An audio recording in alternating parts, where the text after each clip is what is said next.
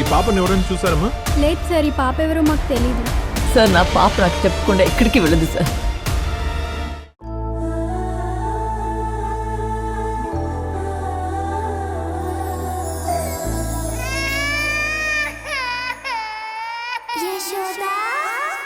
కానీ ఆ సుబ్బరాజుకి పుట్టిన బిడ్డని ఈ ఇంటికి తీసుకొచ్చి నీ కూతురుగా పెంచుకుంటుంటే మన ఇంటి పరువేమవుతుందో ఆలోచించు కాస్త. ఇంతకు ముందంటే ఎవడికి పుట్టిందో తెలీదు కాబట్టి ఆ పాపం చూస్తే జాలనిపించింది. బహుశా ప్రేమ కూడా పుట్టుండొచ్చు. కాని ఇప్పుడు ఆ పాపం చూసినా ఆ పాపను తలుచుకున్నా ఎత్తుకున్నా నాకు ఆ సుబ్బరాజుగాడే గుర్తొస్తున్నాడు.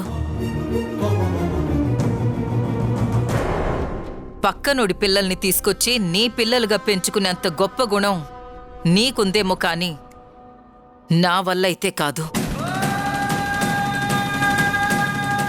నా కొడుకు పిల్లల్ని మాత్రమే నేనెత్తుకుంటాను, ముద్దు చేస్తాను, వాళ్ళకి ఎలాంటి సేవలైనా చేస్తాను. ఇది నీ మనసు హర్ట్ అయినా వేరే వాళ్ళ మనసు హర్ట్ అయినా నాకు అనవసరం. నేను ఉన్నది ఉన్నట్టుగానే చెప్తాను. ఇందులో దాపరికాలేం లేవు.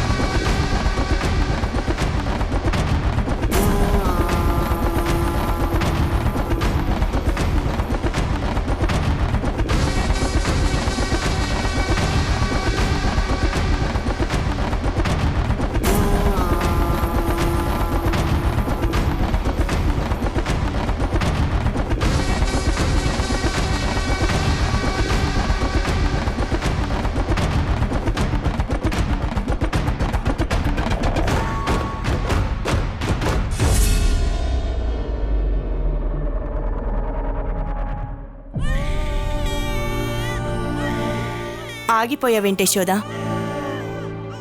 పాపం తీసుకో, నీ కూతురే కదా.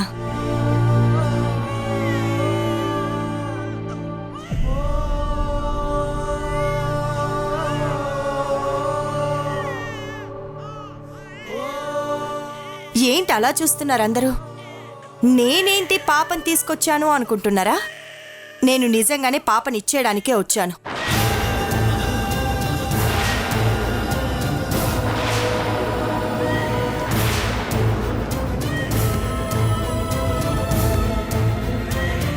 మీరిద్దరూ హ్యాపీగా పెళ్లి చేసుకున్నారు, ఒకటైపోయారు. అందుకని మీకొక బర్త్డే గిఫ్ట్ ఇద్దామనుకున్నాను.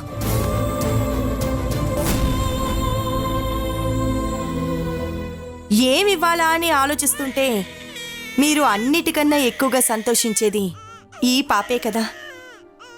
మీ చేతుల్లోకి వస్తేనే మీకు బాగుంటుంది అని ఈ పాపను తీసుకొచ్చాను.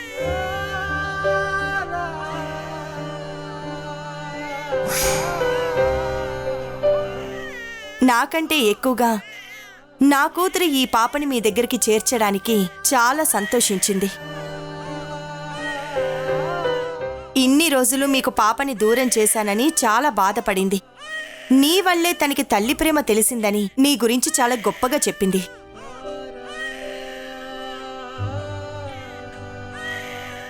నా కూతురు ఈ పాప లేకుండా బ్రతకలేదు. కానీ ట్రై చేస్తాను, ఈ పాపని నీకే ఇచ్చేసి రమ్మని నాకిచ్చి పంపించింది. తీసుకో యశోదా.